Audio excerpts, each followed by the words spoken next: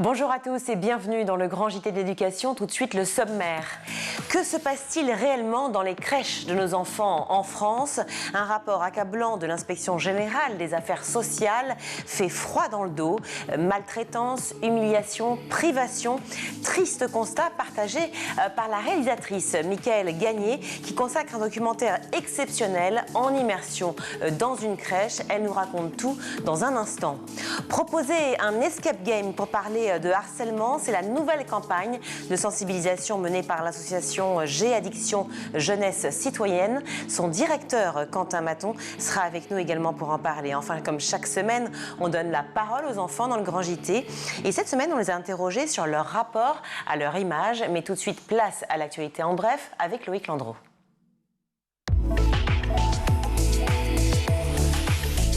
Bonjour Loïc. Bonsoir Virginie, bonsoir à tous. Sa décision était très attendue, elle a été rendue cet après-midi. Le Conseil constitutionnel valide la réforme des retraites, mais pas dans son intégralité. Et ce n'est pas du tout une victoire pour les syndicats et les opposants à cette réforme, puisque l'âge de départ à la retraite à 64 ans a bel et bien été validé. Cependant, les sages ont estimé qu'une partie de la loi n'était pas conforme à la Constitution. Les éléments bloquants sont ce qu'on appelle les cavaliers budgétaires, c'est-à-dire les dispositions de cette réforme qui engagent un financement de la part de la sécurité sociale. C'est notamment le cas du CDI senior dont on a beaucoup parlé. Le gouvernement va ainsi pouvoir promulguer la loi dans les 2 semaines qui viennent pour une application à l'été 2023, mais elle sera expurgée des passages censurés par le Conseil constitutionnel. De leur côté, les syndicats pourront malgré tout saisir le Conseil d'État pour contester les décrets d'application précisant les modalités de cette réforme. Des syndicats qui sont évidemment très déçus et qui ont annoncé de nouvelles actions dans les jours à venir. Au cœur de l'actualité également, le Figaro a publié une longue interview de Pape Ndiaye ce matin. Alors qu'est-ce qu'on a appris de nouveau, cher Loïc? De nouveau qu'on ne sache pas ici sur School, pas grand-chose en réalité. Le ministre est revenu sur les récentes annonces autour du harcèlement scolaire, le SNU, l'organisation du bac, mais il était surtout attendu sur le volet de la mixité sociale. Il devait faire des annonces à ce sujet à la mi-mars, mais elles ont été reportées du fait de la situation sociale. Pas de proposition concrète, c'est vrai, mais Pape Ndiaye affirme attendre un engagement des écoles privées sur ce sujet. Concrètement, il souhaite qu'il y ait davantage d'élèves boursiers dans le privé, ce qui a littéralement embrasé les réseaux sociaux tout au long de cette journée. C'est un entretien à retrouver dans le Figaro du jour. Vous évoquez le bac, justement, Loïc. Cette année, pour la première fois depuis 2019, eh bien, les épreuves de spécialité ont pu avoir lieu en mars et la communauté éducative s'accorde à dire eh bien, que c'est toujours une très mauvaise idée. Et c'est effectivement, enseignants, élèves, professeurs, syndicats, observateurs, il y a une certaine unanimité sur le sujet. Et pour enfoncer un petit peu plus le clou, le syndicat des personnels de direction au service des adhérents, UNSA, a décidé de comptabiliser le nombre d'heures perdues par l'organisation de ces épreuves en mars. Et le résultat est assez incroyable. Écoutez bien, sur moins d'un mois, 1,2 million d'heures de cours ont été perdues par les élèves. Dans le détail, vous allez voir ce tableau réalisé par nos confrères du Café Pédagogique. 140 000 heures ont été perdues dans le cadre de cours transformés en moments de révision, 315 000 heures pour le passage des épreuves et 370 000 heures perdues dans le cadre des 4 journées et demie de correction des copies qui ont mobilisé 315 000 professeurs. Bref, vous l'avez compris, ce bac au mois de mars continue de déclencher la colère du monde de l'éducation et des élèves aussi. Et on en vient, Loïc, à cette nouvelle affaire de harcèlement scolaire mise en lumière par nos confrères de BFM TV ce matin. Oui, chaque semaine, malheureusement, un des faits divers révoltants qui nous prouve que l'école a encore beaucoup à faire sur ce sujet. BFM TV nous a présenté Samy. C'est un jeune homme de 12 ans atteint de troubles autistiques, scolarisé au collège Saint-Exupéry de Perpignan. Samy est aujourd'hui borgne après avoir reçu une balle en bois dans l'œil. En fait, il était en train de s'amuser dans la salle de jeu de son établissement. C'était pendant une pause et à ce moment-là, un de ses camarades a commencé à lui lancer des projectiles. Et quand Samy lui a demandé d'arrêter, le harceleur s'est armé d'une raquette et d'une balle en bois qu'il a donc projetée dans le visage du jeune homme qui s'est tout de suite mis à saigner. À l'hôpital, le verdict tombe. Il souffre d'une hémorragie de la pupille et d'un hématome interne grave. Aujourd'hui, il ne sait pas s'il pourra retrouver un jour l'usage de son œil. Ces harceleurs avaient déjà été renvoyés préalablement de façon temporaire pour des faits similaires. Et la mère de Samy a porté plainte pour violence dans un établissement scolaire. Sur un tout autre sujet maintenant, c'est une première première en Europe, un nanosatellite construit par des lycéens suisses va partir en orbite. Et oui, il devait partir ce matin à bord du lanceur Falcon 9 de la société SpaceX, qui est dirigé par Elon Musk, mais les conditions météo étaient bien trop mauvaises, donc le grand départ est reporté à demain. Ce nanosatellite fait partie de la quarantaine d'appareils miniatures qui seront expulsés à 500 km de la Terre. Et il a été effectivement entièrement assemblé par les élèves de l'Institut Le Rosé. C'est un lycée privé d'excellence suisse dans lequel le prince Régnier a étudié. Ils étaient donc 17, entre 15 et 17 ans, à avoir choisi de suivre le programme STEMSat, créé par la société Orbital Solutions, qui permet donc aux élèves de découvrir l'ingénierie du nouvel espace. Ils ont passé tout le mois de juin 2022 à Monaco, dans les locaux de l'entreprise, pour assembler ce satellite avec leurs professeurs et des ingénieurs. Et c'est donc une première en Europe, puisque seuls les États-Unis l'avaient fait jusqu'ici. Et on termine avec la bande-annonce d'un film qui nous tient particulièrement à cœur ici, qui prend pour toile de fond un collège de quartier. Ça s'appelle Le Principal, avec deux comédiens que l'on salue, Roche Dizem et Yolande Moreau. Oui, bande-annonce qui a été révélée hier. C'est l'histoire de Sabri Lalali. C'est un principal adjoint d'un collège qui est prêt à tout pour que son fils ait le dossier scolaire idéal. Il va donc en mettre en place différents stratagèmes pas très légaux pour l'aider à passer le brevet sans vraiment savoir où son entreprise va le mener. Regardez la bande-annonce. C'est la première fois que tu n'as pas eu les félicitations. Les moyennes ont beaucoup baissé au 3e trimestre. S'il te plaît, lui mets pas la pression. Excuse-moi d'être attentif à l'éducation de mon fils. Et pourquoi les choses peuvent jamais être simples avec toi? Il a l'air très équilibré comme gamin. Il vous regarde avec beaucoup d'admiration, vous savez. Naël, qu'est-ce que tu fais là? Quoi, je discute juste avec mon oncle. L'autorité qui revient au quartier. Pourquoi tu fermes pas juste ta gueule? L'homme D. C'est l'histoire d'un homme qui décide de transformer sa vie en un jeu de hasard. Ça peut m'intéresser, ça. Bonne chance à tous. En français, j'ai assuré, mais les maths, par contre... Quoi, les maths? Dans l'histoire, j'ai pas tout vu. Comment ça, t'as pas tout vu? C'est demain, l'histoire. Je t'avais des fiches un peu synthétiques, ça devrait t'aider. Et ça sort le 10 mai au cinéma. Et nous y serons évidemment. Merci Loïc.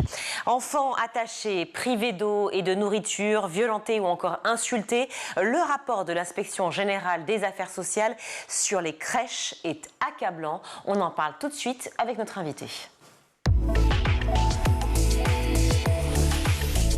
Pour en parler, je suis ravie d'accueillir Mickaël Gagné. Bonjour. Bonjour. Vous êtes grand reporter pour Ligne Rouge pour BFM TV et vous êtes aussi la réalisatrice du documentaire Crèche, nos enfants en danger. Alors après la mort de Lisa à 11 mois dans une crèche privée à Lyon, c'était l'année dernière, l'IGAS a enquêté et le rapport est accablant. J'imagine que vous l'avez lu. Oui, bien sûr. Il est sorti récemment.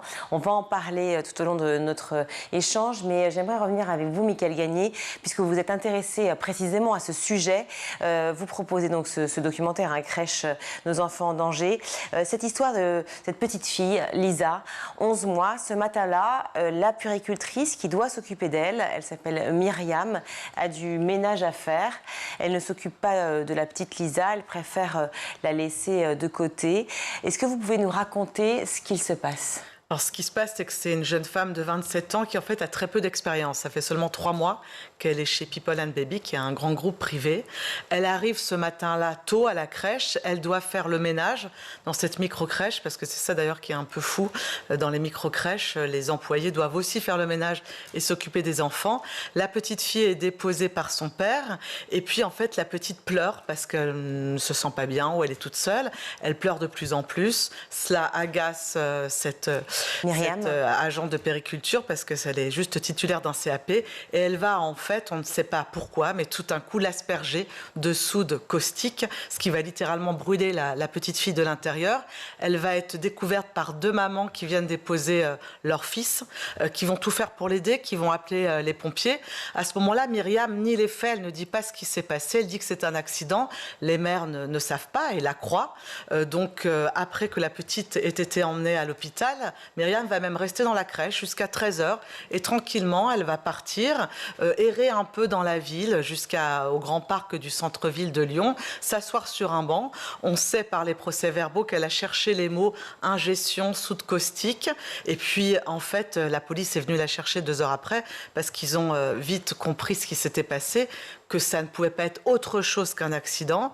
Ensuite, elle a été arrêtée, elle a avoué. C'est quelqu'un qui est très fragile psychologiquement, quelqu'un qui en fait avait de gros problèmes personnels, elle avait un enfant placé, un mari qui était en prison, alors pas du tout de casier judiciaire ni de pathologie psychiatrique, mais quelqu'un de très fragile, et en fait on a eu accès à son CV, elle avait très peu d'expérience, elle avait fait des stages, mais voilà. pour autant elle avait un CAP petite enfance. Alors CAP petite enfance qui est quand même en fait un diplôme très léger, et c'est ça qui est remis en question aujourd'hui par l'IGAS. En fait les diplômes sont pas assez importants. Enfin, il n'y a pas une formation assez lourde pour travailler avec les enfants aussi. Et assez longue. Donc, elle avait ça, un CAP, elle l'a passé en ligne. Donc, ça veut dire qu'elle a fait très peu de stages, juste le stage pour que ça soit validé. Donc, elle avait très peu d'expérience. Aucun test psychologique, aucun rendez-vous avant? Non. Alors, c'est ça le souci, et c'est ça que ce documentaire a montré également, et que l'IGAS montre, c'est que quand il y a des gens qui ont eu des comportements problématiques, par exemple, ailleurs, il n'y a aucun fichier de signalement pour que les autres crèches soient au courant, et puis pas de test psychologique. Mais ce qu'il y a, effectivement, j'ai oublié de le souligner, ce qu'il y a de très important dans cette histoire, c'est que effectivement, c'est compliqué de savoir si quelqu'un va passer à l'acte et va commettre un homicide, en fait. C'est impossible de le détecter. Sauf qu'en interrogeant les parents, nous avons appris que depuis 3 mois qu'elle était là, tous les parents se plaignaient de cette jeune femme qui n'était absolument pas maternelle, absolument pas bienveillante avec les enfants. Et surtout, quelques semaines auparavant, une mère de famille avait retrouvé son enfant avec des traces très étranges dans la bouche qui ressemblaient en fait aux produits qu'a eu la petite Lisa. Elle a alerté la crèche, évidemment, et elle a découvert en plus que cet enfant, leur fils, avait passé de longues heures seul avec Myriam. Et donc, après le drame de la petite Lisa, la police leur a dit, mais il y a évidemment des points communs, et vous avez eu beaucoup de chance. C'est-à-dire qu'à 1 mois près, c'est ce petit garçon qui serait probablement mort. Est-ce que Myriam, au moment des faits, ou en tout cas après, au moment où la police vient l'intercepter, est-ce qu'elle se rend compte de la situation, puisque vous disiez qu'elle-même, elle cherchait les mots sur Internet, sur son portable, donc elle commençait à prendre conscience qu'elle était encore dans un état assez végétatif? Alors ça, c'est difficile de savoir. Ce qu'on lit dans le dossier d'instruction, dans les procès-verbaux, c'est qu'effectivement, en tout cas, elle a nié, elle n'a pas dit tout de suite, et ce qui était très dangereux, les mères racontent que si elle leur avait dit tout de suite, voilà ce que j'ai fait, elles auraient appelé les pompiers, auraient décrit la situation. Quand elles appellent les pompiers ne s'inquiètent pas en disant, bon, c'est peut-être pas très grave, et c'est en voyant la petite fille qui était littéralement rongée de l'intérieur qu'ils ont pris conscience de la gravité des faits. Donc oui, elles étaient d'ailleurs très traumatisées par le fait que Myriam leur ait menti. Et oui, on le comprend. Qu'est-ce que ce tragique événement a changé dans les crèches, en l'occurrence People and Baby, dont on parle à l'instant? Oui, ça a été vraiment une onde de choc dans le monde de la petite enfance, et puis pour nous aussi, pour tout le monde. Et ça a un peu libéré la parole, parce que ça fait des années que ce problème existait dans les crèches. Depuis 15 ans, il manque de professionnels. Et c'est de mal en pis, que ce soit dans les crèches ou chez les assistantes maternelles. Les professionnels se détournent de cette profession mal payée, pas très valorisée, et donc il manque des gens pour s'occuper des enfants, et les incidents se multiplient. Après ce drame, on aurait pu croire que c'était un fait divers isolé, mais on a découvert justement que cette jeune femme n'était pas assez formée, elle révélait un problème plus fondamental. Donc la parole s'est libérée, et nous on a eu la chance de pouvoir recueillir la parole de beaucoup d'employés qui avaient envie de parler, de parents aussi qui savaient qu'il se passait des choses pas normales dans les crèches, et qui nous ont fait état d'une situation catastrophique. D'où ce documentaire que vous proposez, Crèche, nos enfants en danger. Donc c'est notre documentaire immersif, en immersion. Vous proposez à l'une de vos collaboratrices, un peu plus jeune pour que ça puisse fonctionner par rapport à l'âge requis, effectivement, au sein des crèches. Donc une journaliste qui mène l'enquête à vos côtés et qui part en immersion. Ça dure pendant combien de temps et à quel moment déjà ça commence? Alors déjà, on voulait absolument savoir ce qui se passait à l'intérieur de ces murs, parce que c'est très compliqué. Simplement par des témoignages des parents, des professionnels, on n'aurait pas su exactement ce qui se passait. Donc on a décidé effectivement de faire une infiltration, de se faire passer pour une professionnelle qui cherchait un emploi et d'être en immersion. J'ai donc demandé à une jeune collaboratrice qui avait un CV assez vierge, mais qui a donné son vrai CV. C'est-à-dire que ce n'était pas du tout trafiqué. Elle avait une licence en sciences humaines qu'elle avait passée à l'île de la Réunion et elle avait fait, comme beaucoup d'entre nous, des expériences de babysitting avec de grands enfants. Donc on a envoyé cette candidature qui était un vrai CV à une trentaine à peu près de groupes. On a répondu à des annonces et puis assez rapidement, au bout de 2 semaines, elle a eu quelques entretiens et en fait elle a été recrutée par le groupe Babylou en CDD tout de suite, sans problème, alors qu'elle n'avait aucune expérience. Et le fait qu'elle n'ait pas l'expérience, qu'elle n'ait justement pas de CAP petite enfance, en l'occurrence, ça ne posait pas de problème. Alors, ça nous a surpris. Demandait, en fait, oui. En fait, qu'elle n'ait pas de diplôme ne posait aucun problème. Alors, il faut savoir une chose, c'est que depuis le 29 juillet 2022, c'est possible. C'est-à-dire que théoriquement, devant la pénurie de professionnels, le gouvernement a décidé d'ouvrir et d'assouplir les conditions de recrutement. Avec une formation supplémentaire à côté? Alors, normalement, les crèches, oui, peuvent prendre des gens qui n'ont pas de formation, ni de diplôme, ni d'expérience, mais effectivement, vous avez raison, des sérieux garde-fous. C'est-à-dire une formation de 120 heures pendant 3 semaines, accompagnée d'une autre professionnelle. Sauf que c'est ça qu'on a voulu tester. Qu'elle était acceptée soit, déjà c'est un peu étonnant, mais surtout elle n'a pas eu cette formation. Donc elle a été livrée à elle-même face à des fois 13 enfants, alors qu'elle n'avait jamais changé une couche. Jamais changé de couche. Elle avait quel âge? Elle a 25 ans. 25 ans, au moment des faits. Elle vient donc en caméra cachée, j'imagine. Oui. Ça dure combien de temps cette immersion? Alors la première immersion, ça a duré à peu près 8 jours et ensuite, elle a eu une deuxième immersion de 7 jours. En tout, on a passé à peu près 15 jours. Pour cette première immersion dans les crèches privées Babylou, comment ça s'est passé dès les premiers instants? À quoi est-elle confrontée dès les premières minutes? À peine arrivée, on lui dit de s'occuper des enfants, de plusieurs enfants de 18 mois à 2 ans. Elle n'a aucune expérience et personne ne la conseille. Et puis, elle se rend compte en parlant à ses collaboratrices, enfin à ses collègues, que personne, en fait, n'a de diplôme. Elle pose la question, on le voit dans le film, est-ce que toi, tu as passé ton CAP? L'autre dit, non, j'ai commencé, j'étais trop âgée, j'ai arrêté. Donc, dans cette section de la crèche, enfin, dans cette micro-crèche même, personne n'a de diplôme. Donc, elle n'aurait pas pu avoir la formation requise, quoi qu'il arrive. Quoi qu'il arrive, la formation était faite, oui, avec quelqu'un qui avait un diplôme. Selon la loi, il faut 40%, je crois, du personnel qui... 40% de personnel diplômé. Alors, le diplôme, c'est vraiment des diplômes importants. C'est infirmière de puéricultrice, c'est éducatrice de jeunes enfants. On peut avoir 60% de moins diplômés, parce que les CAP ne rentrent pas dans les diplômes, mais il faut 2 ans d'expérience, qui de toute façon n'était pas le cas dans cette crèche.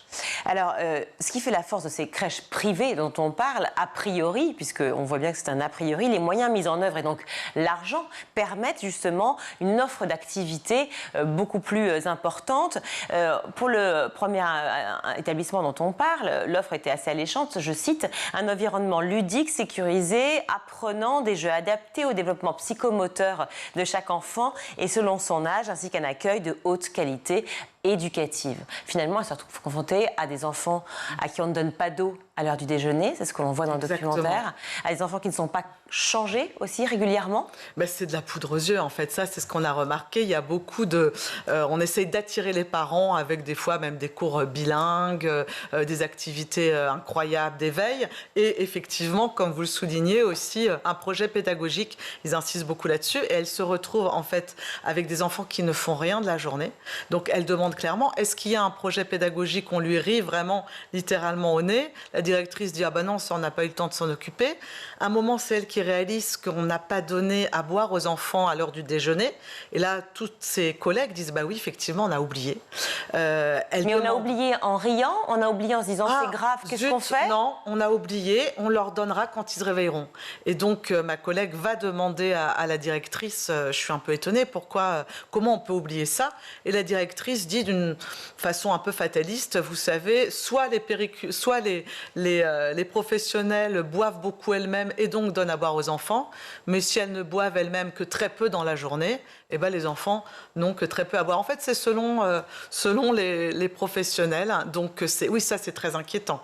Pas de projet pédagogique. Et dans cette crèche, aussi, un contrat a été fait sur mesure pour notre collègue journaliste. C'est-à-dire que comme, normalement, elle n'a pas le droit d'être là, puisqu'il n'y a pas du tout de gens diplômés, on lui dit, écoute, ton contrat s'arrêtera le 30 octobre parce que 2 jours plus tard, il y a la PMI qui vient. L'inspection. Voilà, qui vient contrôler les crèches et on lui dit, comme on n'a pas le droit d'avoir autant de gens non diplômés, tu devras partir avant le contrôle de la PMI, ce qui montre qu'il y a un contournement continuel des règles. Quand vous parlez, j'imagine, le soir, à l'issue de chaque journée de tournage pour elle, mais aussi d'expérience au sein de ce premier établissement, cette première crèche, qu'est-ce que vous vous dites, vous, Mickaël? Parce que vous voyez bien l'état des délabrements, ces enfants abandonnés, souvent maltraités aussi, puisque c'est de la maltraitance que de ne pas les nourrir, de ne pas les faire boire et de ne pas s'en occuper. Comment vous arguez votre documentaire?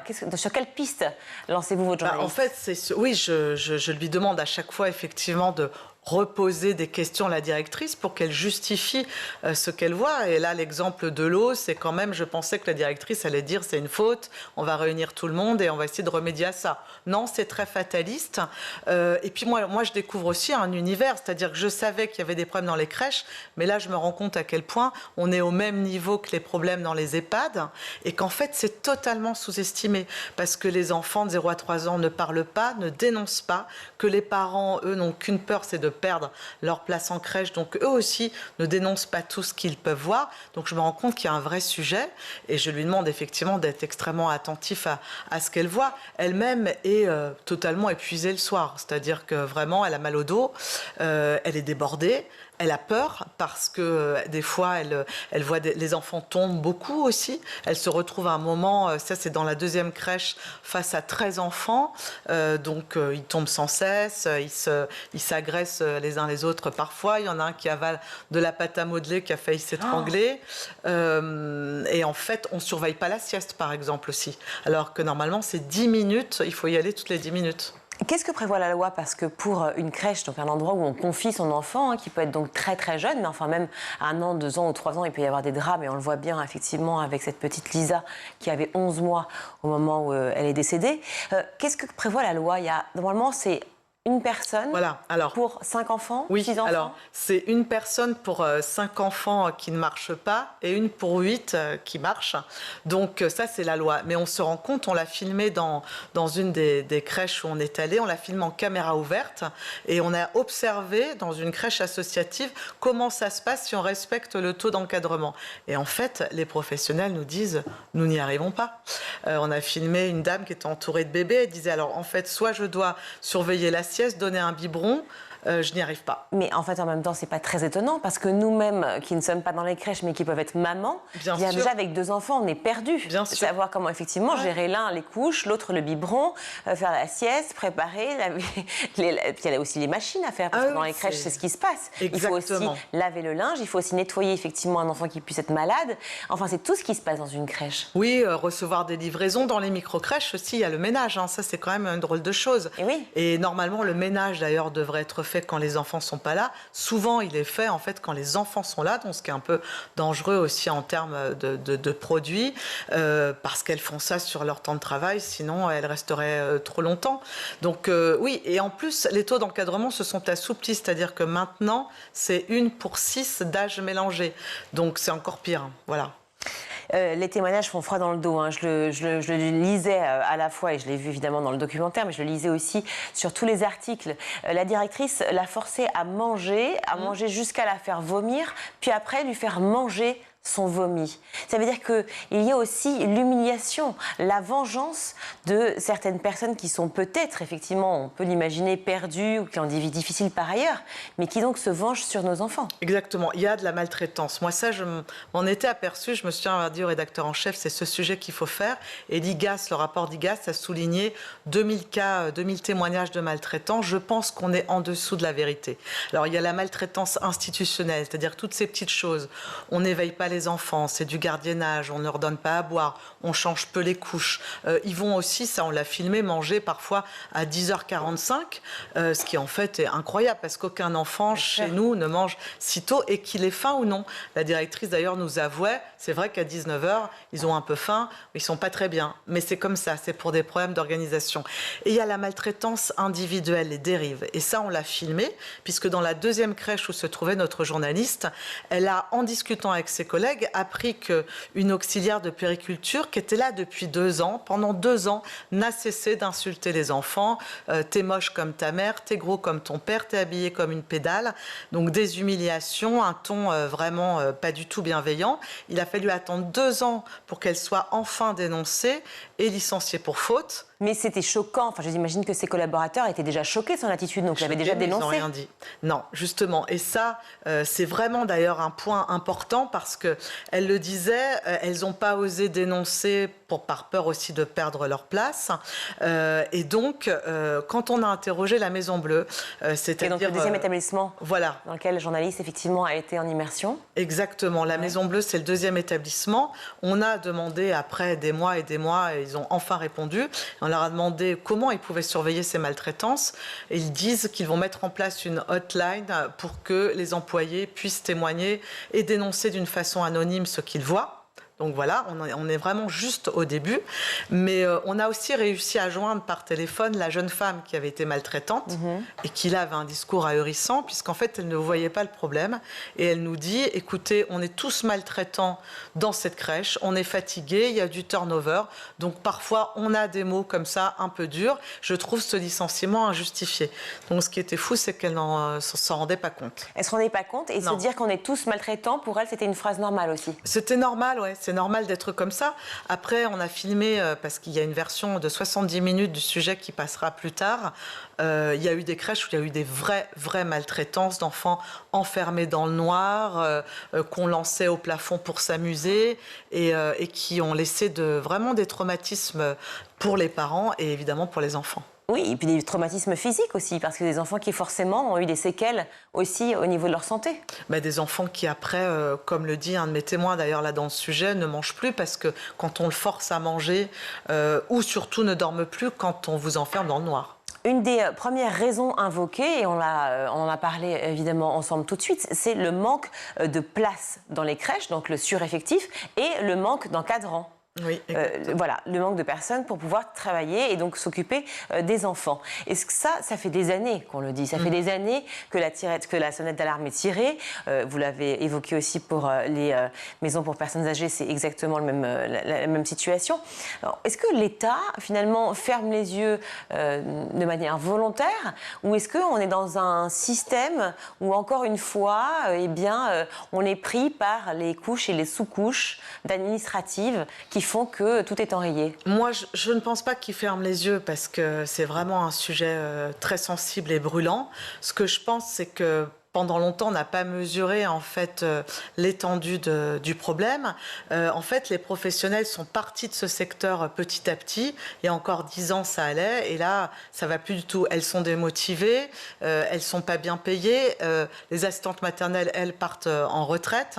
Donc ça s'est fait petit à petit. Mais pardon de vous couper, mais dans le cas de cette jeune femme qui pense qu'être maltraitée et maltraitante avec tout le monde, c'est normal. Si elle avait été payée 500 € de plus par mois, ça n'aurait pas changé son attitude. Non, c'est sûr, parce qu'il y a un gros problème aussi de formation. En fait, c'est les gens qui travaillent dans ce secteur, en fait, sont pas assez formés. Et ça, quand même, là, aujourd'hui, avec le drame de Lyon, on sent que l'État bouge, veut proposer un service de la petite enfance, service public de la petite enfance, veut faire une campagne de revalorisation du métier pour attirer des jeunes et surtout veut consolider les formations. Parce qu'effectivement, aujourd'hui, en fait, le problème, c'est que les parents se plaignent de ne pas avoir de place. Et pour les parents, les crèches, c'est leur mode de garde préféré. Donc, il y a une grosse pression sur les mairies aussi pour ouvrir des crèches. Donc, qu'a fait l'État? Qu'ont fait les mairies? Ils ont fait des délégations de services publics. Ils ont ouvert, à partir de 2004, le marché au privé. Donc, c'est engouffré. Plein d'entreprises, les gros groupes, donc Babylou, People and Baby, les petits chaperons rouges, la Maison Bleue, mais aussi des micro-crèches. Et là, les micro-crèches, ça pose problème parce que c'est des gestionnaires, souvent, qui ne sont pas formés. Alors, évidemment, on parle de ce qui ne va pas, mais il y a aussi des crèches qui fonctionnent, et oui, on finira là-dessus. Il y a forcément eu de bonnes expériences et de beaux endroits où les enfants sont bien traités et où tout le monde tente de faire au mieux son métier. Mais effectivement, il faut pouvoir montrer aussi ce qui ne va pas, ce qui dérange et pouvoir faire évoluer les sociétés et les gens. Alors, on a hâte de voir la version de 70 minutes du documentaire. Donc, celui-ci, cette version-là, elle fait combien de minutes? 45. 45. Donc, elle est disponible sur la plateforme, en replay, sur la plateforme de BFM. Et le prochain, vous savez déjà la date de diffusion? Ça sera dans plusieurs mois, c'est sur RMC Story. RMC Story. Parfait. Merci mille fois, Mickaëlle Gagné, d'avoir été avec nous. Vous êtes donc la réalisatrice du documentaire Crèche, nos enfants en danger, documentaire que je vous conseille absolument de voir. Donc la version 70 minutes sera à venir dans les mois prochains. Je rappelle que vous êtes grand reporter donc pour Ligne Rouge, formidable documentaire sur BFM TV à ne pas manquer. Merci beaucoup d'avoir été avec nous. On marque une courte pause et on se retrouve.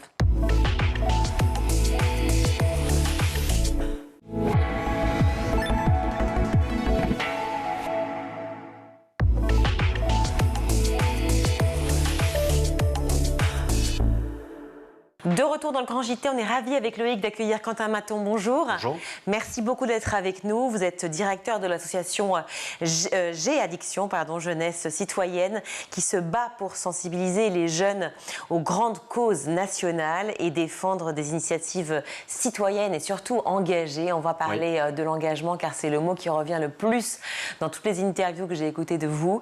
Quelle fut la première initiative, le premier moment qui a déclenché la création de cette association, de l'association G-Addiction? Alors c'était d'abord une bande de copains quand j'étais étudiant, il y a 12 ans. Ça devait durer 6 mois, maintenant ça en fait 12. Aujourd'hui on compte des salariés. Sur un campus, oui. Le but c'était de dynamiser la vie étudiante. Et puis très tôt, nous avons travaillé avec les services de l'État sur la sécurité routière, la lutte contre les addictions dans le milieu étudiant. Ensuite l'égalité femmes-hommes, le harcèlement scolaire, la préservation de l'environnement. Donc des grandes causes nationales pour mettre la jeunesse au service de ces causes-là, pour aller plus vite, plus loin, plus fort, avec des idées très innovantes, percutantes, pour aller chercher le jeune public. Pourquoi vous dites plus vite? Parce que vous pensez qu'avec les jeunes, on va plus vite? Vous pensez qu'ils sont beaucoup plus engagés et actifs finalement que les autres générations? Les jeunes ont une capacité d'entraîner toute la société sur l'égalité femmes-hommes, sur la préservation de l'environnement. Ce sont les jeunes que vous voyez sur les marches de climat. Ce sont les jeunes qui nous poussent tous à changer nos comportements. Et les jeunes surtout ont besoin de plus en plus de dispositifs ludiques, interactifs, de toucher, de manipuler. Beaucoup moins d'infos descendantes, de vieux PowerPoint où on leur dit ne faites pas ci, ne faites pas ça. Et donc moi je suis entouré de plein de jeunes qui ont plein d'idées et on essaye ensuite de les concrétiser. Et puis de convaincre les plus vieux. Alors, c'est le laboratoire, si je puis dire, initié en région PACA. Votre région, Loïc? Bah oui, je savais même pas. De quelle ville? De Nice. Eh ben de Nice. Voilà, vous voyez, comme quoi tout se passe à Nice. Et puis donc déployé dans toute la France, on va en parler, une association qui se déplace dans les collèges, car c'est finalement à l'école, dans les collèges que tout commence. C'est ici qu'on devient donc premier citoyen? Bien sûr. Nous allons directement dans les établissements, plus d'une centaine l'année dernière, plus de 60 départements français. L'objectif, c'est de proposer ce qui se fait de plus innovant sur les thématiques que j'ai abordées au sein même des établissements, dans un environnement que les jeunes connaissent, pour éviter le transport scolaire. On est directement sur place, on nous prête les locaux pendant quelques heures, quelques jours, et ensuite les jeunes vont défiler sur des dispositifs citoyens. Au-delà de tous les combats que l'on porte, il y a d'abord l'engagement citoyen. Il y a 12 ans, je me suis engagé avec des copains.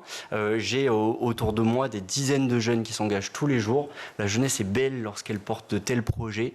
On entend parfois les jeunes ne savent plus quoi faire, ils ont envie de rien, ils sont feignants. Moi, je vois des jeunes... Ça, c'est un truc de boomer, ça existait il y a longtemps, non? Et moi, je vois des jeunes qui, tous les jours, se lèvent, se mettent à fond et déploient des dispositifs qui me scotchent encore. Évidemment. Alors, il y a donc tous ces combats dont vous avez parlé. Le combat, c'est un vrai combat, oui, on peut le dire, pour l'environnement, l'égalité homme-femme, la sécurité routière, la lutte générale contre toutes les violences, le sexisme, bien sûr toute forme aussi de discrimination sur le racisme, l'homophobie et autres. Et dans ce volet, il y a bien sûr un volet qui nous concerne particulièrement aujourd'hui, c'est celui du harcèlement. Oui. Le harcèlement scolaire est un des fléaux aujourd'hui de l'éducation. Il concerne un enfant sur 10. Un enfant sur 10 quand c'est déclaré. Oui, bien sûr. Quand l'enfant est conscient, quand la famille en a pris conscience et quand c'est déclaré à l'école. Donc on peut imaginer que le chiffre est bien plus important que cela. Ce harcèlement, vous avez décidé de le mettre en scène, si je puis dire, dans un escape game. Racontez-nous le projet. Ça fait déjà des années qu'on travaille sur cette thématique avec l'éducation nationale, les enseignants et les élèves eux-mêmes. Mais nous avons construit un nouveau projet, un nouveau jeu pédagogique, ludique, de sensibilisation avec derrière de réels messages. L'objectif, c'est de plonger les jeunes en immersion dans l'histoire de Marie, dont on n'a pas de nouvelles depuis 24 heures. Nous sommes ses camarades de classe et sa maman nous sollicite avec le CPE pour essayer de comprendre ce qu'il s'est passé. En fait, on observera que Marie est harcelée au quotidien par les autres camarades de classe. Les parents n'étaient même pas au courant, et c'est très souvent le cas. Et ensuite, on va trouver des indices, des coffres forts, des énigmes. On mène l'enquête. On est dans une intrigue plus vraie que nature, avec 60 mètres carrés de décor, avec plein de surprises, des pièces secrètes. Et l'objectif, c'est comme ça de parler d'une thématique très difficile qui touche, vous l'avez dit, tous nos établissements scolaires, mais d'une autre façon. Faire autrement, parler différemment à ces jeunes pour qu'ils en deviennent acteurs. Oui, c'est captif forcément l'aspect ludique. Et en plus, ça se passe, alors là, au sein des établissements, donc dans plusieurs pièces, j'imagine. Oui. C'est-à-dire qu'à la fois, il y a une classe qui va servir effectivement de classe dans le cadre du jeu, mais il y a aussi une classe qui peut servir de tribunal. Oui, il y a une salle d'audience du tribunal, également l'appartement de Marie. Et donc là, on va aller fouiller ses réseaux sociaux, son journal intime, le contenu de son ordinateur, et on va parler de haine en ligne, de cyberharcèlement. Ensuite, un stade de foot. Certains disent que Marie fait un sport de garçon, elle joue au foot. Mais ça veut dire que vous venez dans les collèges avec tous les accessoires, comme si vous faisiez un studio de cinéma? Exactement, ce sont des décors de cinéma, et donc on va transfigurer les 4 salles de classe en stade de foot, palais de justice, une réelle salle de classe et ensuite l'appartement de Marie. Donc le CDI, le foyer des élèves, va être métamorphosé en l'espace de 4 heures. Donc les jeunes arrivent en immersion dans des décors qui les scotchent et ensuite nous diffusons ces messages autrement. Ils percutent davantage, ils les retiennent bien mieux et en fait ils sont pris par le jeu, ils ne voient pas le temps passer. C'est apprendre en s'amusant, c'est utiliser le jeu pour faire avancer une grande cause. Apprendre en s'amusant parce que la salle d'audience, le tribunal, c'est aussi rappeler les lois de la République? Oui, c'est rappeler que dans l'école de la République, la liberté, la fraternité, l'égalité et la fraternité sont de vraies valeurs. De rappeler aussi qu'elles participent à un climat scolaire plus serein, que l'objectif de l'Escape Game, c'est de diffuser la bienveillance au sein des élèves et des professionnels de l'éducation nationale. Donc oui, par ce jeu, par cet outil qui est très novateur, les jeunes viennent en courant. Vous leur parlez d'un escape game qui a lieu dans le lycée. Alors, on fait sauter 1 heure de cours très exceptionnellement, mais ils viennent en courant, ils sont à fond. Et ensuite, à la sortie, il y a une réelle prise de conscience en fouillant le journal intime de Marie, en se rendant compte de cette réalité. Rappeler les lois, je le redis, parce que c'est aussi rappeler les punitions éventuelles. C'est de rappeler aussi à ces enfants qui, pour la plupart, sont conscients de l'impact, pour ceux qui ne le sont pas, de ce qu'ils risquent aussi en devenant harceleur. Exactement, c'est ce que nous évoquons dans le palais de justice, la salle d'audience. L'objectif est de rappeler qu'il y a des sanctions, qu'aujourd'hui le harcèlement scolaire, le cyberharcèlement sont punis par la loi, mais surtout de bien faire comprendre à nos jeunes que derrière un écran, derrière un téléphone et une tablette, j'ai quand même une responsabilité. Je ne suis pas dénué de tout ce qui m'entoure et mes propos ont des répercussions, peuvent être punis, sanctionnés. Donc le but là sur l'escape game, ça n'est pas de sanctionner, mais c'est bien de rappeler la loi et d'expliquer quel est le chemin pour éviter d'en arriver jusque-là. Je crois qu'il n'y a pas une semaine qui passe sans qu'on parle ici même sur ce plateau du harcèlement scolaire, que ce soit dans un débat ou que ce soit dans les news. C'est-à-dire que chaque semaine, on découvre de nouveaux profils, de nouveaux jeunes qui vont témoigner à la télévision pour dire qu'ils ont été harcelés. Je parlais tout à l'heure dans mon journal de ce fameux enfant de 12 ans, un peu autiste, donc qui a été éborgné. Est-ce qu'on peut quand même se réjouir, malgré la tristesse que ça nous fait, que la parole comme ça se libère, parce que ça induit aussi que dans les établissements, peut-être tout n'est pas encore fait à fond comme il faut. Alors il y a eu des progrès avec des référents éducation nationale sur le harcèlement scolaire. Nous, les associations de parents d'élèves nous sollicitent régulièrement, les jeunes eux-mêmes, les CPE, mais il y a encore beaucoup de chemin. Le harcèlement scolaire, c'est vrai, a toujours existé, mais il évolue. Avant, vous finissiez à 16h30, 17h, c'était terminé jusqu'au lendemain. Aujourd'hui, ça se poursuit toute la nuit sur les réseaux sociaux, en continu, ça devient une machine infernale. Donc voilà. Mais est-ce qu'on va assez loin? C'est ça en fait ma question. Est-ce que les pions qui sont là, les CPE, font assez bien leur boulot en termes de harcèlement? Est-ce qu'eux-mêmes arrivent à avoir cette jauge en disant non, là, on arrête tout de suite? Ont-ils des formations pour cela? C'est ça. Alors, il y a effectivement un gros travail de formation, de pédagogie auprès des parents, des enseignants, pour mettre tout le monde autour de la table. Et on essaye, nous, d'apporter un autre outil différent qui, du coup, suscite l'intérêt de toute la communauté éducative, des parents et des élèves aussi.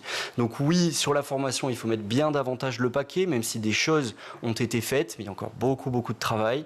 Et puis également de sensibiliser les jeunes, mais aussi les parents, de pousser aussi les jeunes à la libération de la parole. Vous l'évoquiez, c'est l'un des objectifs de l'escape game. En parler, c'est déjà se libérer. Justement, au sein de l'escape game, ma question c'est, est-ce qu'on devient témoin et acteur à la fois? Est-ce qu'on peut changer de rôle au fur et à mesure du jeu, au fur et à mesure du temps? Bien sûr, on évoque tous les rôles autour du harcèlement scolaire et on va suivre en fait tous les jeunes de la classe. Donc il y a les harceleurs, les harcelés, la victime, les témoins. Et donc on appuie beaucoup notamment sur les témoins qui ont un vrai rôle à jouer, mais on sera dans la peau de chacun des personnages pour essayer de comprendre les mécanismes, les façons dont ça fonctionne et surtout les répercussions et les conséquences sur le jeune qui le subit. Oui, parce que témoin, c'est pas rien non plus comme notion, car beaucoup d'enfants disent, d'élèves, peu importe l'âge, disent non mais j'allais pas dénoncer mon copain. Oui, je suis pas une balance. Voilà, je suis pas une balance. Et donc il y a même d'autres termes maintenant. De poucave. Voilà, on dit poucave. Exactement. Je fais pas le poucave, je sais pas quoi. C'est ça. Et donc en fait, cette notion de dire à un moment non, c'est pas une question de balancer, c'est une question de protéger l'autre, oui, bien sûr. Tout simplement, de quelque chose qui ne se fait pas. Est-ce que les enfants ont conscience de leur responsabilité? Alors quand on en discute autour de ce type d'action-là, oui. D'autant qu'ils sont acteurs du message et qu'ils se rendent compte des conséquences là, sur la jeune Marie en question. Ensuite, notre objectif, c'est aussi de rappeler qu'il y a des adultes au sein de l'établissement scolaire qui, d'ailleurs, très souvent, n'ont pas été au courant des faits de harcèlement. Ça arrive parfois, ils en sont informés, mais la plupart du temps, ça se passe lorsque les adultes ne sont pas là, entre les intercours, à la récré, à la sortie du collège ou du lycée. Et donc, c'est d'expliquer qu'il y a l'infirmière scolaire, la psychologue scolaire, le CPE, le chef d'établissement, le prof principal, tous ont leur porte ouverte et doivent être sollicités. On travaille aussi sur le rôle du délégué, qui lui a un vrai job au sein de la classe. Et ça passe notamment par les jeunes délégués. Premier rôle citoyen, effectivement, dans le cadre de l'école. Merci beaucoup, Quentin Maton, d'avoir été avec nous. Je rappelle que vous êtes le directeur de l'association G-Addiction Jeunesse Citoyenne, donc qui se bat pour sensibiliser les jeunes aux grandes causes nationales, notamment celle du harcèlement. Merci d'avoir été avec nous. On est vendredi, comme tous les vendredis. Loïc, qu'est-ce qui se passe ce vendredi? Alors, je crois qu'il y a des enfants qui nous partagent quelque chose sur un mot spécifique. Qu'il est fort. Et on leur a demandé, vous savez quoi? Non, justement. Mais un truc qui vous concerne vraiment, c'est leur rapport à l'image. Ah oui, d'accord. Leur traumatisme.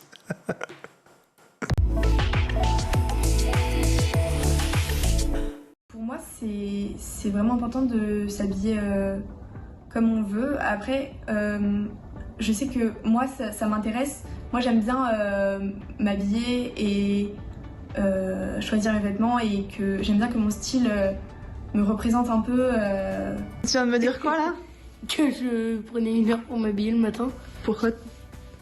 Parce que j'ai envie de m'habiller bien et que je vais pas mettre je vais pas mettre un jogging avec une chemise en jean, quoi. Je me sens plus à l'aise quand je peux vraiment choisir ce que je porte. Et oui, je pense que ça dit des choses sur moi. En fait, à partir du moment où tu rentres au collège ou même quand tu es en CM2, tu as un déclic. Tu vois tout le monde bien s'habiller à partir de ce moment-là, où tu fais vraiment gaffe à tes vêtements. Je me rappelle qu'à peu près depuis le début du collège, je faisais pas vraiment attention à comment je m'habillais.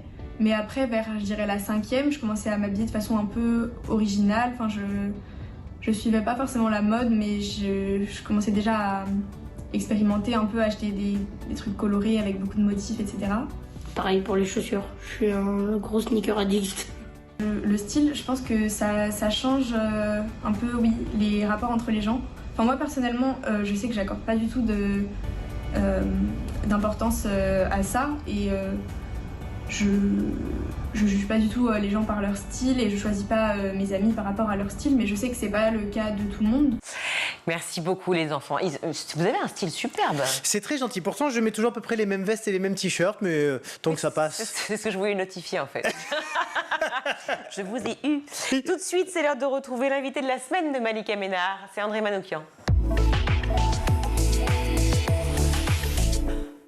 Maintenant, on va passer à la dernière partie de l'émission, celle qui est vraiment consacrée à l'école.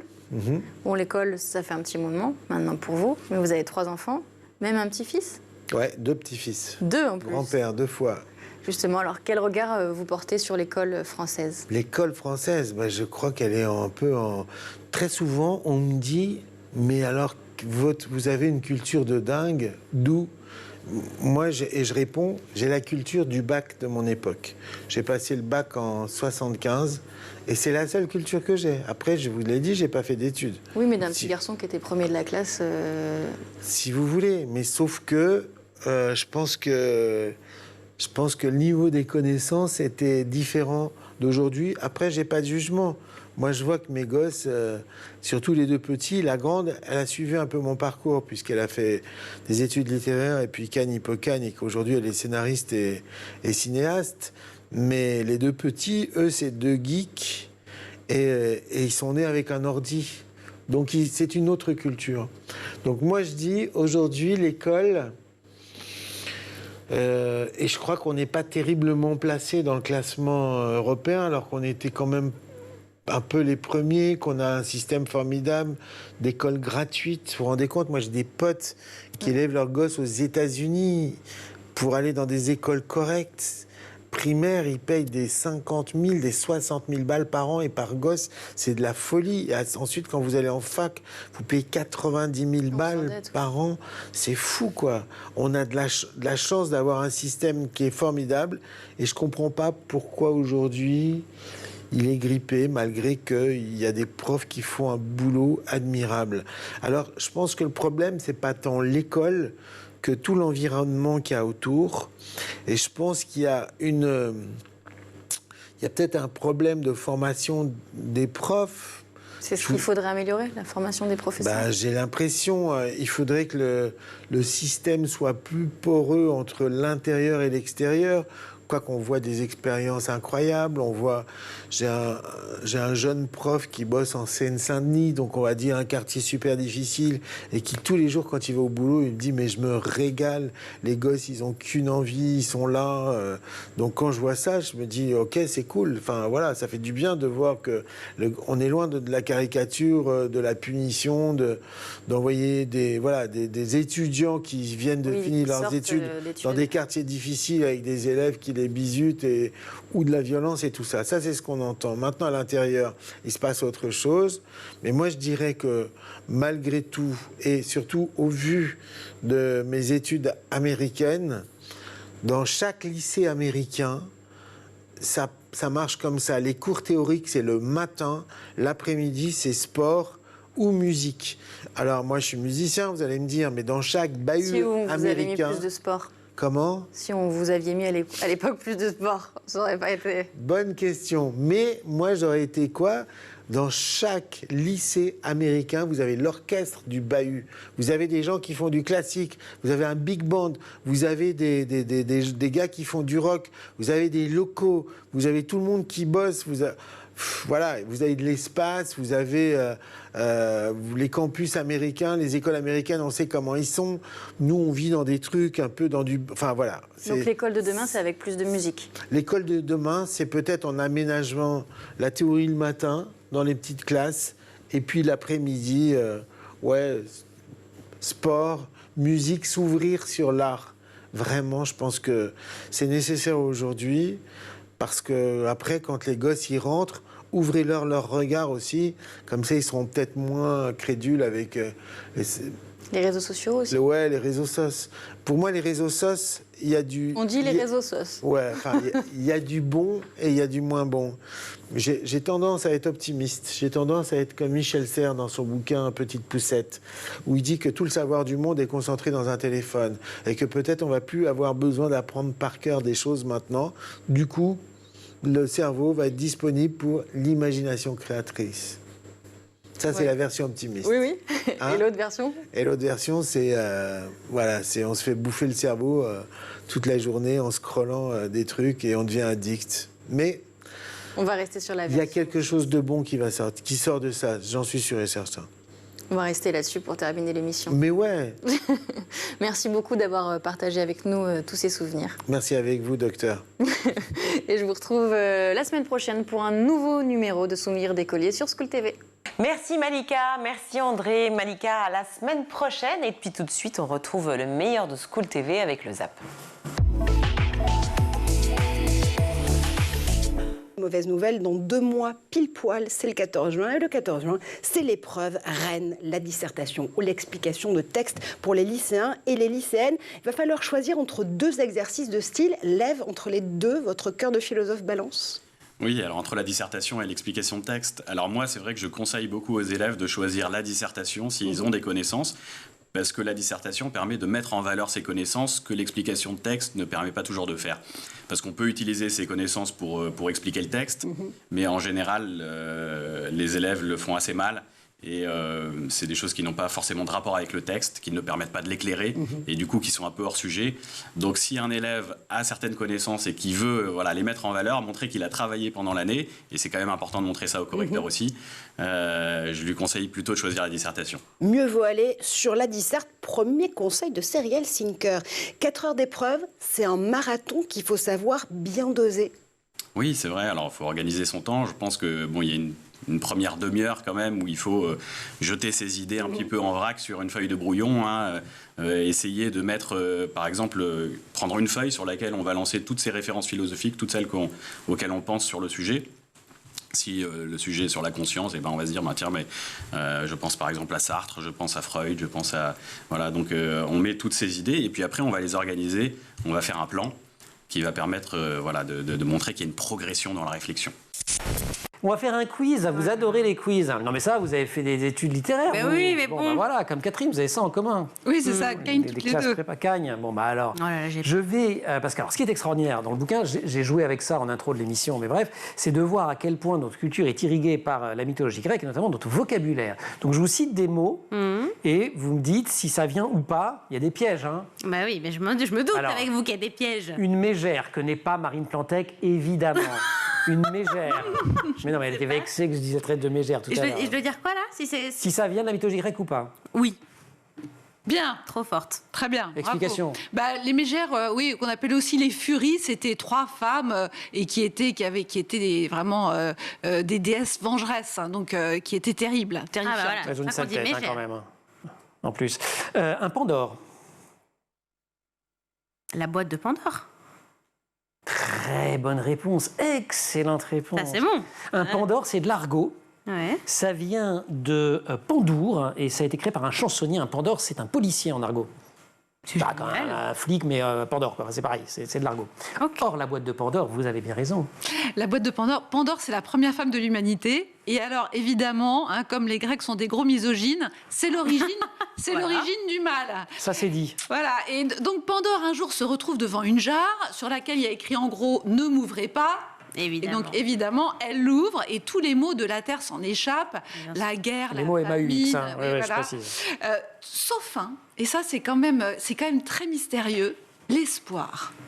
Donc ça veut dire que l'espoir serait un mal. Alors Hervé Letellier, l'auteur de l'Anomalie, vous savez, qui a eu le prix Goncourt, explique ça en disant, eh bien l'espoir, parfois, c'est ce qui nous empêche d'agir, parce qu'on se dit, tout va s'arranger. Ça va s'arranger demain. Voilà. Il prend l'exemple de l'écologie. Et donc, alors, est-ce que c'est ce sens-là le mystère reste entier parce que dans le mythe, l'espoir reste quand même prisonnier. Or, cet espoir qui nous fait un peu nous leurrer, il est quand même parmi les hommes.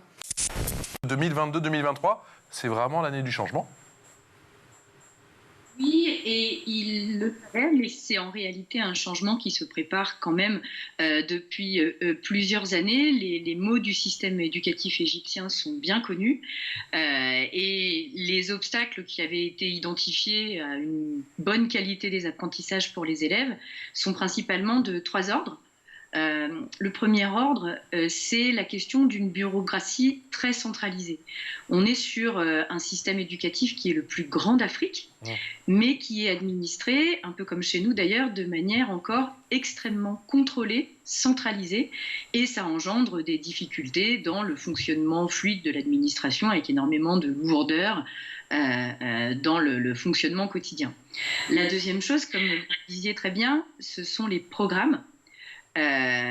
C'était des programmes qui étaient vraiment très vieillots, très moralisateurs, et là encore, très contrôlés par l'État, avec la volonté d'appuyer sur des apprentissages hyper mécaniques, alors qu'aujourd'hui, on a plus tendance à aller sur des programmes qui sont orientés vers le développement des compétences et le développement de tous le travail autour de la collaboration, la pensée critique, l'esprit critique, et donc qui amène les élèves à être actifs dans leurs apprentissages et pas complètement passifs en ânonnant du par cœur. Donc ça, c'est vraiment un gros besoin de changement. Et puis le troisième mal qui fait vraiment souffrir le système, c'est la question du personnel éducatif, qui est mal payé. C'est un métier qui est assez peu attractif en Égypte, et il faut admettre que les conditions d'exercice des professeurs égyptiens sont difficiles, puisque dans les écoles publiques, les statistiques du ministère de l'Éducation égyptien indiquent une moyenne de 50 élèves par classe. En moyenne.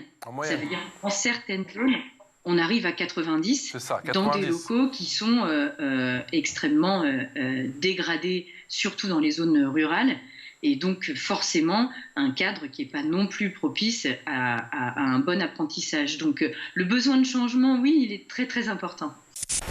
Chris, si je vous dis « devons-nous chercher à être heureux avant tout », vous y répondez comment à cette question disserte philosophique?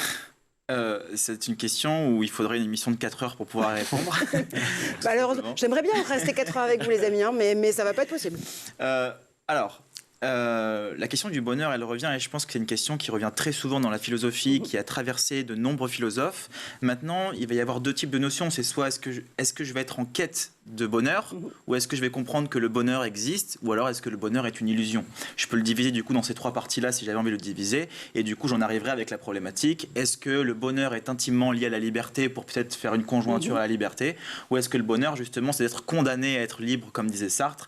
Et je pense que ce qui peut être intéressant là-dedans, c'est de réussir à faire différentes notions au niveau du bonheur et de l'amener de manière différente. Alors moi, dans ma perspective personnelle, je pense que le bonheur, il provient de cet étonnement qu'on aime beaucoup amener en philosophie, ce côté étonnement, mais l'étonnement de quoi? L'étonnement du soi, en fait, l'étonnement de ce que je suis. Donc Spinoza notamment avait cette vision de la liberté qui était dans l'introspection pour vraiment la mettre entre parenthèses et que ce soit le plus simple possible, dans cette introspection, cette connaissance de ce qui nous détermine. Et c'est vrai qu'il y a un étonnement dans cette découverte de soi qui fait qu'on est dans une quête identitaire qu'on voit aujourd'hui qui explose sur les réseaux sociaux, qui explose dans notre vie quotidienne, à se dire mais qui est-ce que je suis? Est-ce que je suis binaire? Est-ce que je suis non binaire? Est-ce que je suis un homme? Est-ce que je suis une femme? Et comment est-ce que je me considère? Et bien cette quête personnelle, elle suscite de l'étonnement dans notre découverte, et je pense que chaque étonnement et chaque contemplation de nous et de ce qu'on peut voir autour de nous crée justement cette considération de contempler les astres, contempler ce qui nous entoure et faire que en fait on aime, on est heureux parce que c'est là quoi. 20 sur 20, correcteur lève Franken pour Chris Hackes. Il faudrait les 4 heures, là. Mais il y a de quoi faire, ouais.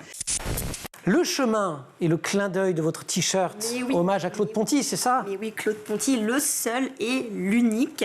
Un livre-jeu dans le sens le plus pur du terme, même si toutes les histoires de Ponty sont des jeux. On adore. Oui, ça c'est une blague, c'est la boîte vide. Attention, vous avez un premier fascicule et le deuxième en Leporello. Attendez, je fais des bêtises. En Leporello? Et voilà. C'est quoi un Leporello? C'est un livre qui se déplie comme ceci. Ah, je l'ignorais totalement. Et vous allez aller de gauche à droite. Non, moi je savais pas. On apprend des trucs dans cette émission, c'est dingue. Aujourd'hui, c'est un festival. Un Leporello, c'est... Leporello. Et donc, vous allez lire l'histoire. Et on peut le lever un peu pour que... J'ai pas le bras, c'est long. Hop, on y va, on le fait ensemble. Voilà. Tadam! On peut tout raconter. Voilà. Et à la fin, Ponty, il laisse l'enfant avec son imagination. Et je vais vous lire. Ici, à toi d'imaginer ton chemin. Tu peux le colorier, le dessiner, le compléter, le prolonger, le copier, le réécrire pour qu'il soit unique au monde. Et la magie du Leporello. Il n'a plus qu'à le dessiner. Sympa. C'est magnifique. Et génial. Attention, là on est déjà pas mal. Mais pour que l'enfant parle, pour que l'enfant s'exprime, vous avez les cartes. D'accord. Alors il y en a plein, beaucoup plus que mes mains ne peuvent le contenir. Bah ouais. Mais l'histoire n'est jamais de A à Z. Mettez les lettres dans le sens que vous le souhaitez. Faites-vous plaisir. Vous, on dit Irina ou Irina? On s'ennuie jamais avec vous. Bah, on essaye, non? Ouais, c'est bien. J'adore. Irina, le système éducatif égyptien, il fonctionne comment? Alors, le système éducatif est obligatoire de 6 à 14 ans. La langue d'instruction est l'arabe. Alors, les enfants commencent à l'âge de 4 ans jusqu'à 6 ans avec l'école maternelle. Ils entrent ensuite à l'école primaire de 6 à 12 ans. L'école préparatoire correspond au collège chez nous en France. Donc, les élèves y entrent à l'âge de 12 ans jusqu'à l'âge de 14 ans. Il y a ensuite l'école secondaire sur 3 ans qui correspond au lycée. En termes de rythme, ça donne quoi? Alors généralement, les élèves font leur rentrée à mi-septembre. À l'école maternelle, ils vont en classe de 8h à 14h. Mais dès l'école primaire, ils ont cours de 8h30 à 16h30. La particularité, c'est que les élèves ne vont pas en cours du lundi au vendredi, mais du dimanche au jeudi, puisque le week-end en Égypte, c'est le vendredi et le samedi. Visiblement, c'est l'heure du changement en Égypte avec des réformes en profondeur du système éducatif. Ça a débuté à la rentrée dernière. C'est ça. Cette année, le ministère accorde un grand intérêt au système éducatif et veut modifier plusieurs choses. En octobre dernier, lors d'une conférence de presse, le ministre de l'Éducation, Reda Egazi, a annoncé le nouveau règlement régissant sur l'éducation. Alors tout d'abord, il a annoncé la suppression de l'apprentissage du par cœur et l'introduction d'un nouveau cours sur les compétences de recherche. Alors chaque semestre, les élèves devront élaborer une recherche sur des défis actuels comme le changement climatique. Dès la maternelle et jusqu'à la 3e année de primaire, les élèves n'auront ni devoir ni examen. Les élèves de 4e et de 5e année de primaire passeront un examen par mois, un examen de mi-année et un examen de fin d'année. Il y a un autre changement, il s'agit du système de notation. Il se fera désormais par couleur. La couleur bleue représentera une note entre 85 et 100, la couleur verte de 65 à 85, la couleur jaune de 50 à 65 et la couleur rouge, la plus mauvaise, de 1 à 50. Vous, c'était plutôt rouge ou plutôt bleu quand vous étiez petite? Toujours bleu. Ah ouais, toujours pro. Ah ouais, d'accord. Toujours bleu. Première de la classe, c'est toujours devant, quoi. Exactement. Jamais derrière. Toujours à partir. Et la meilleure. Ok, j'ai un peu cerné le dossier. L'autre priorité du gouvernement, ça concerne les activités, qu'elles soient sportives ou culturelles? Exactement. Alors, un accord de coopération entre le ministère de la Jeunesse et du Sport et celui de la Culture a été signé afin de fournir aux écoles des instruments de musique et des équipements sportifs. Et cette année, le système éducatif égyptien s'est également inspiré du modèle japonais en mettant en place le Toktaso. Alors, il s'agit d'une journée consacrée au sport et à la culture. L'objectif, c'est de développer la créativité et la personnalité des élèves à travers des activités collectives et des programmes qui mesurent la compréhension et l'interactivité des élèves. Voilà pour le ZAP, c'est la fin de ce grand JT. Merci à vous tous de nous suivre si nombreux. SchoolTV.com pour revoir toutes les émissions. Canal 247 sur les Freebox. Cher Loïc, merci à vous, comme toujours. Avec grand plaisir. Vous revenez quand? Lundi. Lundi, voilà, le bonheur est proche. Merci aussi à toute l'équipe de School. Ce soir, à la réalisation, c'est Xavier Sanchez, au son Maxence Mogin, au maquillage Laure Audemont et Agathe Delannoy et Maguessel à la rédac. Très belle soirée à tous. Ciao.